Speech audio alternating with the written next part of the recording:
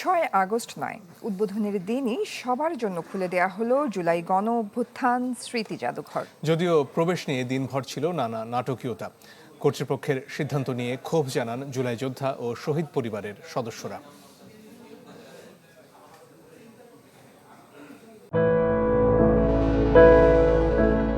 বহু আকাঙ্ক্ষার জুলাই গণ অভ্যুত্থান স্মৃতি জাদুঘর।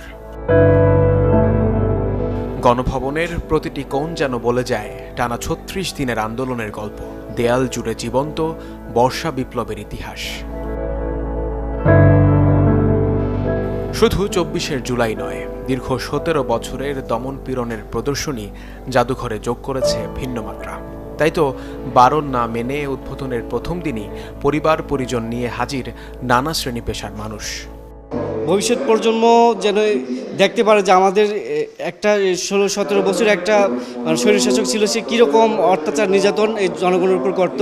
জাদুঘরের পেছনে আমরা ২ বছর ধরে কাজ করছি, এটা যেমন সত্য, আবার আমরা বলছি যে আমাদের অনেক গবেষণা কিন্তু চলমান রয়েছে। এদিন জুলাইয়ের প্রেরণায় গণতান্ত্রিক বাংলাদেশের ধারাবাহিকতা অব্যাহত রাখবার আশা করেন মন্ত্রী পরিষদের সদস্যরা। জুলাই হচ্ছে আমাদের গণতন্ত্রের, এবং জুলাইয়ের এই অর্জন হচ্ছে সারা বাংলাদেশের।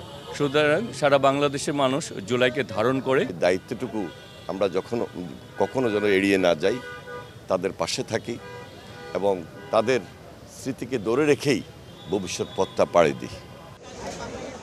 যদিও জাদুঘরে প্রবেশ ঘিরে সকাল থেকেই ছিল ধোঁয়াশা।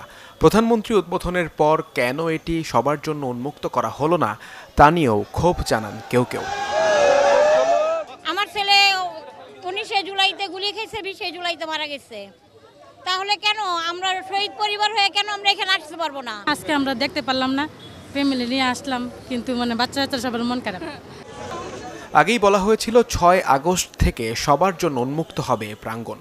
টিকিট কাটতে হবে অনলাইনে, জানিয়ে মিশ্র প্রতিক্রিয়া সাধারণের। শুনতেছি অনলাইনে টিকিট কাটতে হবে, কিন্তু আমি অনলাইন টিকিটে তো অনেক ঝামেলা। আজকে আমাদের গেট খুলে দিবে না কেন? আমরা কত দূর দূরান্ত থেকে আসছি, এটা কি ব্যবসা? কোনো টিকিট চলবে না। 5 আগস্ট সরকারি ছুটির দিন হওয়ায় জুলাই জাদুঘর নিয়ে আগ্রহ ছিল মানুষের।